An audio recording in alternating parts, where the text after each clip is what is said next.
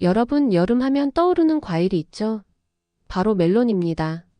하지만 멜론은 단순히 달콤한 과일이 아니라 수천 년의 역사와 문화, 그리고 놀라운 과학적 비밀을 담고 있는 음식인데요.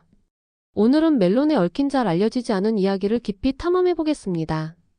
아마 멜론을 다시 볼 때 전혀 다른 시선으로 바라보게 될 거예요. 1부. 멜론의 기원과 역사. 멜론은 원래 아프리카와 중동에서 기원한 과일로 기원전 2000년 전부터 재배 흔적이 남아있음. 이집트의 벽화에도 멜론과 비슷한 과일이 등장. 고대 왕족은 멜론을 귀한 선물로 주고받음. 멜론이라는 이름은 그리스어 밀론, 즉 사과를 뜻하는 단어에서 유래. 당시에는 달콤한 과일을 통칭하는 의미였음. 중국에서는 멜론이 천도라 불리며 불로장생을 상징.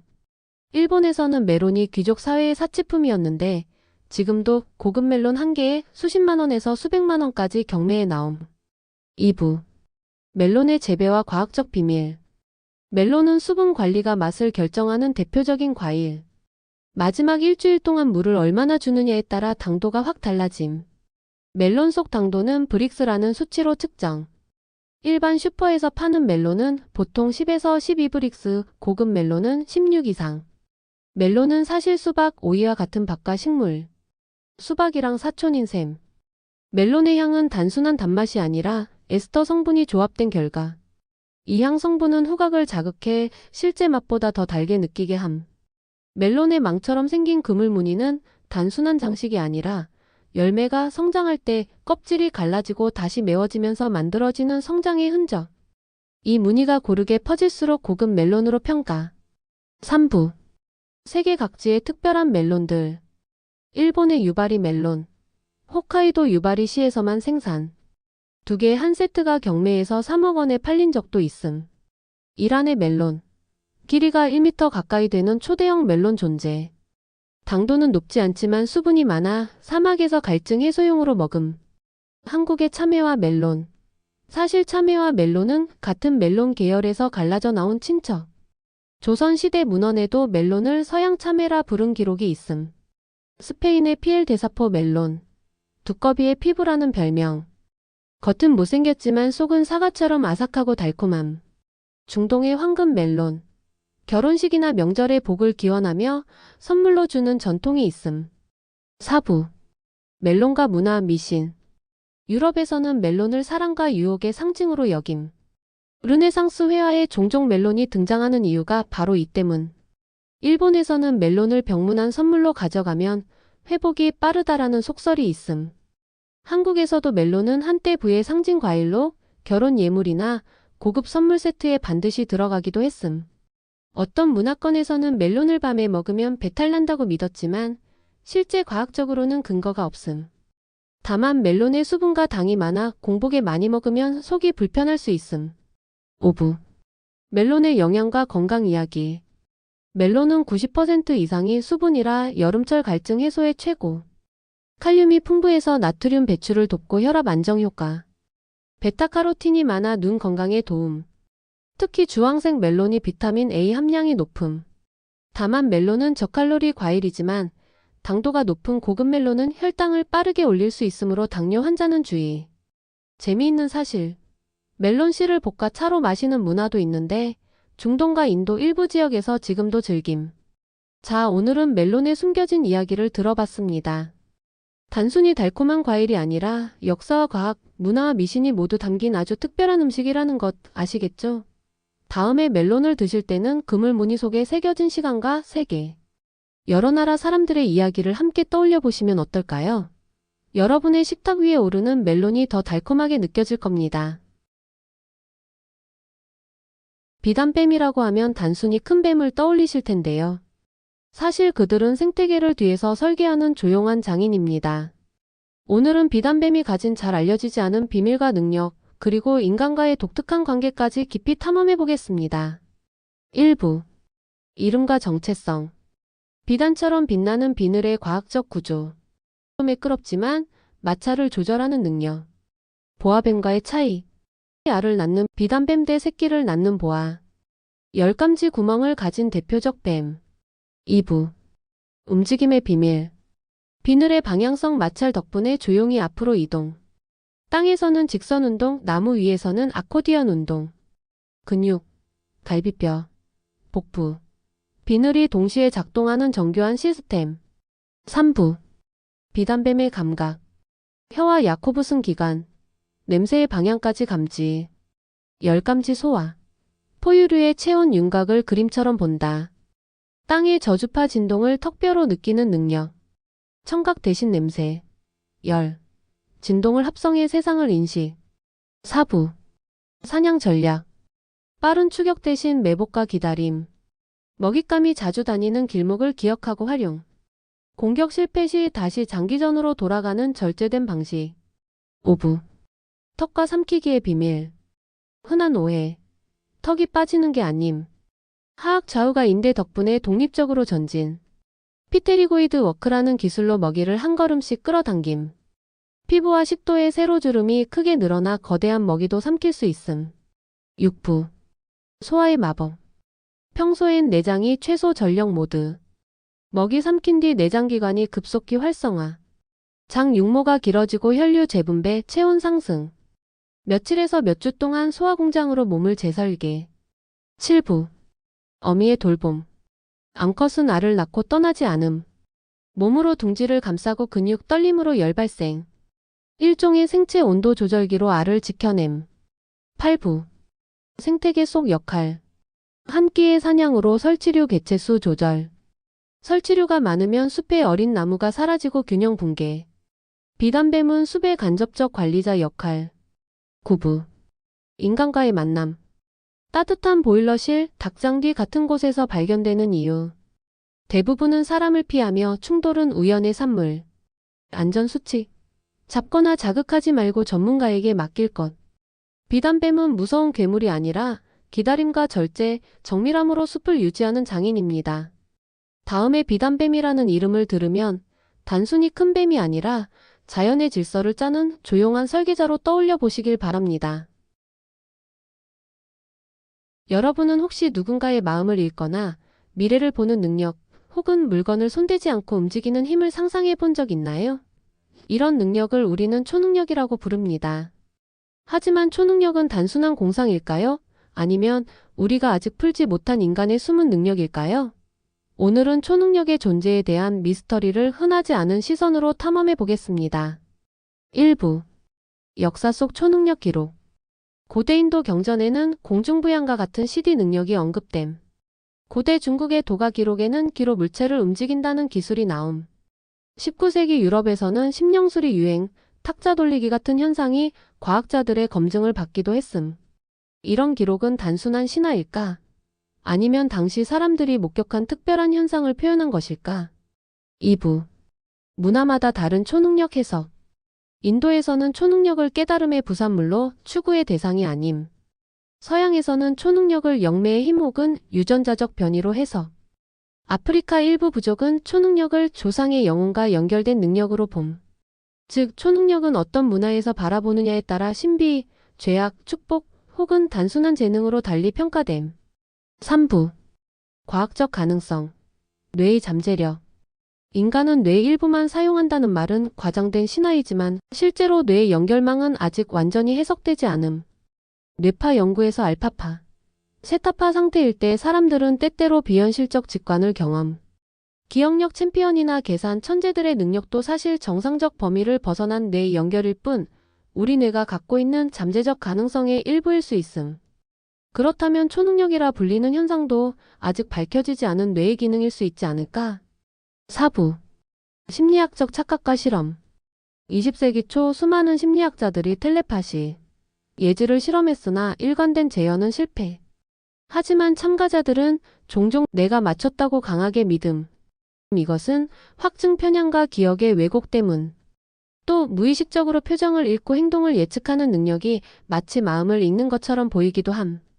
즉, 일부 초능력 현상은 사실 인간 심리와 착각에서 비롯된 것일 수 있음. 5부. 풀리지 않는 미스터리. 그러나 설명되지 않는 사례도 있음. 어떤 아이가 한 번 본 책을 거의 통째로 기억. 대규모 재해 직전 많은 사람들이 같은 악몽을 꾼 사례 보고. 실험실에서 약간의 통계적 편차로 무작위 예측이 우연 이상으로 맞아떨어진 연구도 존재. 이런 사례들은 아직 과학적으로 완전히 설명되지 못해 초능력 논쟁의 불씨를 남기고 있음. 6부. 초능력을 바라보는 새로운 관점. 초능력은 단순히 있는가 없는가가 아니라 인간 가능성의 상징일 수 있음. 실제로 초능력 훈련을 주장하는 집단에서는 집중력, 관찰력, 창의성이 강화되는 효과가 있음. 결국 초능력이 진짜인지 아닌지와 별개로 사람들은 자신의 잠재력을 확장하는 상징으로 이를 받아들여 왔음. 미래에는 뇌과학과 인공지능이 결합해 인간이 지금은 불가능하다고 여기는 능력의 일부를 실현할지도 모름. 초능력은 아직 과학적으로 증명되지 않았습니다. 하지만 그렇다고 완전히 거짓이라고 단정할 수도 없습니다. 어쩌면 초능력은 인간이 가진 뇌와 의식의 미지의 영역을 보여주는 신호일지도 모릅니다. 집안에 작은 화분 하나 두는 것만으로도 공간이 달라지고 마음이 편안해진다는 말 들어보셨나요? 하지만 물 주는 법, 햇빛 받는 법 정도는 다 알고 계시죠? 오늘은 조금 다릅니다. 잘 알려지지 않은 그러나 놀라울 만큼 효과적인 식물 관리 꿀팁을 풀어드리겠습니다. 이 팁들은 과학적 연구 자료로 쉽게 검색되지 않는 오랫동안 사람들이 경험으로 체득해온 생활 속 비밀입니다. 1부. 식물이 듣는 소리의 힘. 식물은 귀가 없지만 진동에는 민감. 매일 같은 시간 부드럽게 말을 걸어주면 세포가 활성화되며 줄기와 잎이 더 단단해짐. 특히 낮은 음성보다 조금 더 높은 톤의 목소리가 식물의 세포벽을 자극한다는 경험담 있음. 물리적 근거. 잎과 줄기 안의 수분이 소리에 따라 미세하게 흔들리며 영양분 흡수율이 달라질 수 있음. 2부. 뿌리에게 주는 숨쉴 공간. 많은 초보자는 물을 자주 줘야 한다고 생각하지만 사실 뿌리는 산소 부족으로 더 많이 죽음. 꿀팁 흙 표면을 살짝 젓가락으로 풀어주면 산소 공급이 늘어나고 뿌리가 숨을 쉬듯 건강해짐. 이 작은 습관만으로도 과습을 막고 곰팡이 발생도 줄일 수 있음. 3부. 물 주는 시간의 비밀. 아침에 물을 주면 햇빛과 함께 증발이 잘 되어 뿌리가 썩을 확률이 줄어든. 밤에 주면 수분이 뿌리에 오래 머물러 곰팡이균이 쉽게 생김.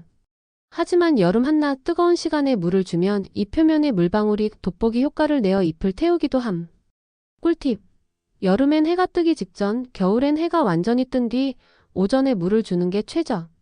4부. 식물의 위치 감각. 식물은 단순히 빛만 따라가는 게 아니라 주변 환경을 기억하는 성질이 있음. 같은 방향으로만 빛을 받으면 잎이 한쪽으로 쏠리고 줄기가 약해짐. 꿀팁. 화분을 일주일에 한 번 15도씩 회전시켜주면 균형 잡힌 성장을 유도할 수 있음. 이 방법은 관엽식물뿐 아니라 다육식물, 심지어 작은 허브에도 효과적. 5부. 식물과 사람의 호흡 교환. 식물은 낮에 광합성을 하며 이산화탄소를 흡수하고 산소를 내놓음. 그런데 사람의 숨소리 속 이산화탄소 농도는 공기보다 훨씬 높음. 그래서 어떤 정원사들은 아침에 식물 근처에서 깊게 숨을 내쉬며 하루를 시작함. 이 간단한 행동이 식물에게는 천연비료 같은 호흡 자극이 될 수 있음. 6부. 생활 속 물 활용법. 버리기 아까운 물 식물이 더 좋아함. 쌀 씻은 물. 미네랄과 전분이 흙 속 미생물을 활성화. 단 오래 두면 상할 수 있으니 즉시 사용. 삶은 달걀 껍질 물. 칼슘이 용해돼 잎이 두꺼워짐.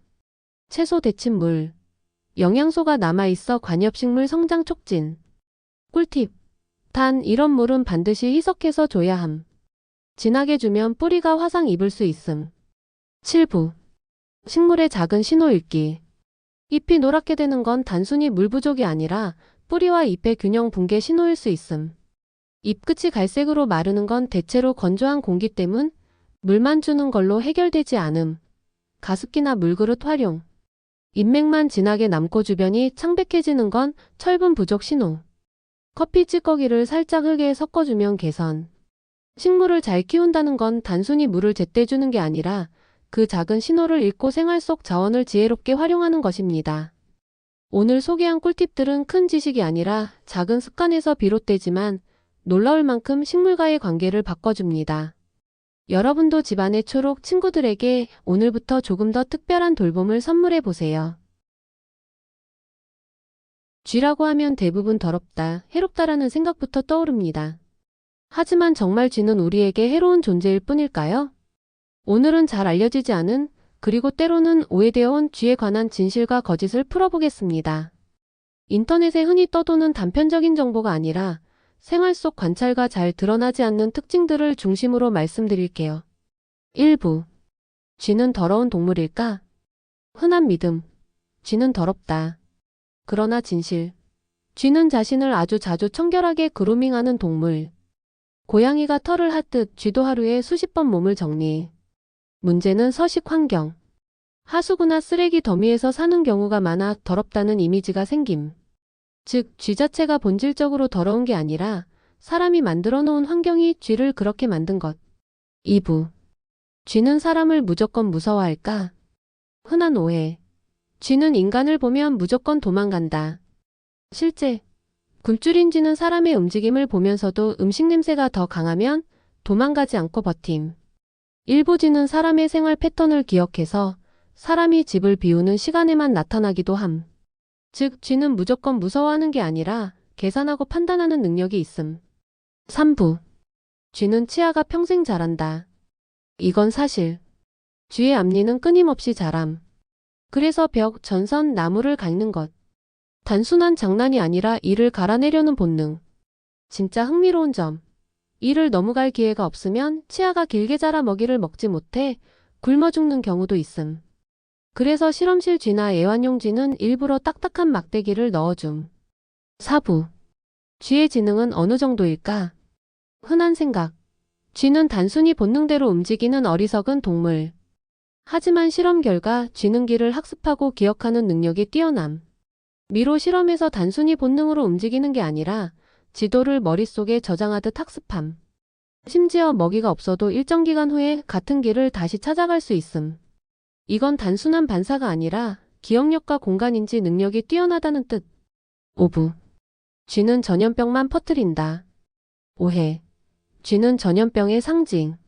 사실, 전염병의 직접적 원인은 대부분 벼룩이나 기생충. 예를 들어 흑사병도 쥐보다는 쥐에 기생한 벼룩이 원인. 흥미로운 사실. 어떤 문화권에서는 쥐가 오히려 풍요와 다산의 상징. 예. 인도 일부 지역에서는 쥐를 신성하게 여기며 신전에서 먹이를 나눠줌. 그곳 쥐들은 사람과 평화롭게 공존. 6부. 쥐는 밤에만 활동할까? 흔한 믿음. 쥐는 철저히 야행성. 사실, 쥐는 환경과 안전에 따라 주행성도 가능. 예. 먹이가 많고 천적이 없으면 낮에도 활발히 돌아다님. 그래서 집에서 낮에 쥐를 봤다면 이미 개체 수가 많아져 두려움이 줄어든 상태일 수 있음. 7부. 쥐의 사회성. 쥐는 혼자 사는 듯 보이지만 사실 사회 구조가 있음. 무리 안에서 리더 쥐가 있고 신참쥐는 먹이에 먼저 접근하지 못함. 심지어 아픈 쥐가 있으면 다른 쥐가 접근해 그루밍을 도와주는 경우도 관찰됨. 즉, 쥐는 단순한 해충이 아니라 사회적 유대를 가진 동물. 오늘은 쥐에 관한 진실과 거짓을 살펴봤습니다. 우리가 흔히 알고 있는 더럽다, 무섭다, 전염병을 퍼뜨린다는 이미지 뒤에는 전혀 다른 모습이 숨어 있었습니다. 쥐는 똑똑하고 사회성이 있으며 심지어 청결을 유지하려는 습관도 있는 동물입니다. 물론 인간에게 피해를 주는 면도 많지만 쥐를 단순히 혐오할 존재로만 본다면 그들의 진짜 모습을 놓치게 되는 셈이죠. 다음번에 쥐를 떠올릴 때 오늘 들으신 진실과 거짓을 한 번쯤 떠올려 보시길 바랍니다. 여러분 안녕하세요. 오늘은 우리가 흔히 지나치는 서울의 한 동네 이름, 불광동에 담긴 숨겨진 이야기를 풀어보려 합니다. 단순히 행정구역의 명칭이 아니라 수백 년간 사람들의 삶과 풍경, 그리고 상징이 녹아든 언어의 흔적이죠. 불광동이라는 이름은 왜 이렇게 지어졌을까요? 불빛이 흐르는 강이 있었던 걸까요? 아니면 마음속 깨달음을 상징했을까요?